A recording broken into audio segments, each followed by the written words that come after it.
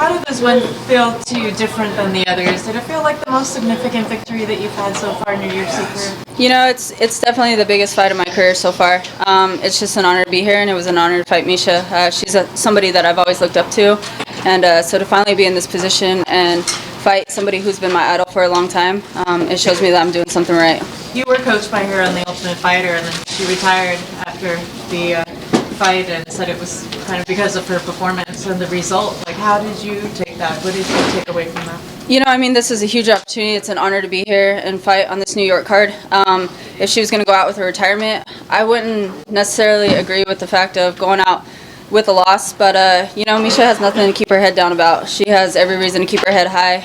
Everybody says how Ronda is the face of women's MMA, but I believe that Miesha belongs up there too. She's done some wonderful things. She's put on some phenomenal performances, and this card, I mean, it's a huge opportunity making history, and if this is the card that she wanted to finish on, then all my respect. What do you think about the notion of a fighter retiring immediately after a loss? Because a lot of people say that's when they're the most emotional. Sometimes it takes a while to sort of reevaluate and assess the situation. You know, I mean, she says that it's a retirement right now, and a lot of people do get emotional in that time, but there's no saying that she wouldn't come back in a couple months from now or change her mind. I mean, it's not set in stone with anything. So everybody kind of says all the time, they're like, you know, we're retiring. I think all of us say it. We go through a lot of emotions, and we have a terrible performance, or right before we get ready to walk out, we go through all these emotions, and it's always everybody's last fight. We're like, we're done after this. We can't do this anymore. So there's no saying. But like I said, I mean, she has no reason to hold her head down. Does that put you right in the title picture now? Obviously, Miesha's now former champion. Yeah, you know, I believe I've always been the black horse in women's MMA, the dark horse in women's MMA, and you know, I don't think that I'm far away. I think I'm right there, and I've earned my spot to be here. I've never had a tough or an easy fight throughout my career. I fought all of the top opponents, and a lot of people are fooled by my record and stuff. But a lot of that was due to the fact of my own mental game up here.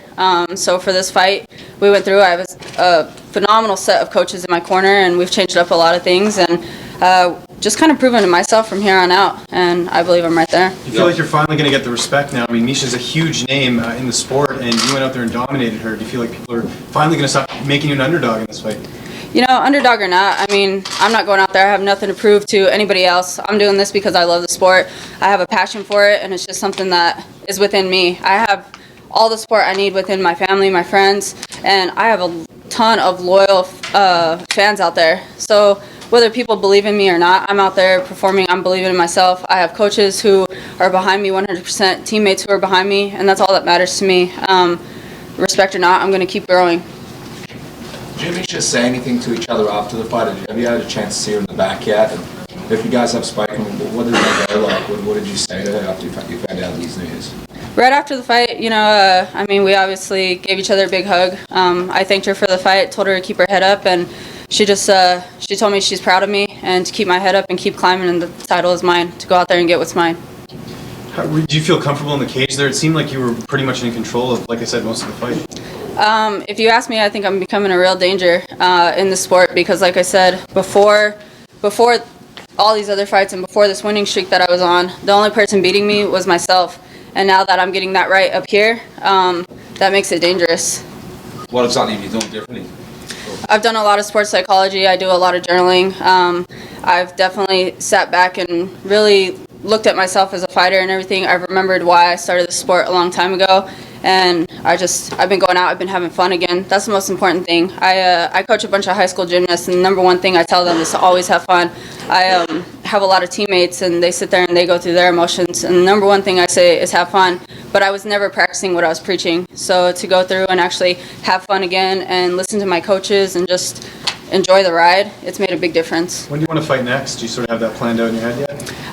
You know, it's been one of the best fight camps of my career. It's been one of the craziest. I'm going to take a little bit of time off just because of the fact that, I mean, I've kind of fought back-to-back. I just fought in August and then went straight into another fight camp. And throughout this fight, I busted my tooth out. So I need to go have a little bit of mouth surgery done. I care about my smile at this point. So I'm going to focus on that, and then I'll be back in a few months. Another person that's looking to retire soon is Ronda Rousey. We don't know how many fights she's got left. How important is it to you to possibly fight her before she retires? Is that a fight that you want to have before she leaves the sport? You know, if it's there, it's there. I mean, she's done some amazing, like I said, she's done some amazing things for this. Definitely paved the way for women's MMA. But, I mean, she's not the one holding the title right now. I'm curious how much it's helped you to have Tecia be with you. You know I'm going to ask you. Yeah. Because the last time I saw you, you guys went and got married afterwards in Vegas. What was the deal? You were at a chapel. Break it down for us. Explain. Because she seems to be such a great sense base of support for you. And you guys always looked at you to help each other out so well. Yeah, we actually didn't get married. It's something that we have been talking about. It's not like anything new has come out of this. Me and Tecia have known each other for years now.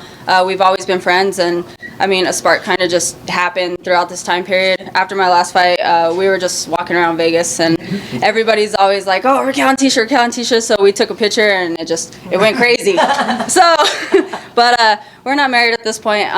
You know, it's been amazing to have her, to obviously have somebody who loves and supports you, but they also live the same dream and have the same passion as you. We completely understand each other 100%. When there's days that I don't want to go to the gym, she's like, you know what, get your butt up, go, whatever, and vice versa. So we can definitely push each other, we can motivate each other.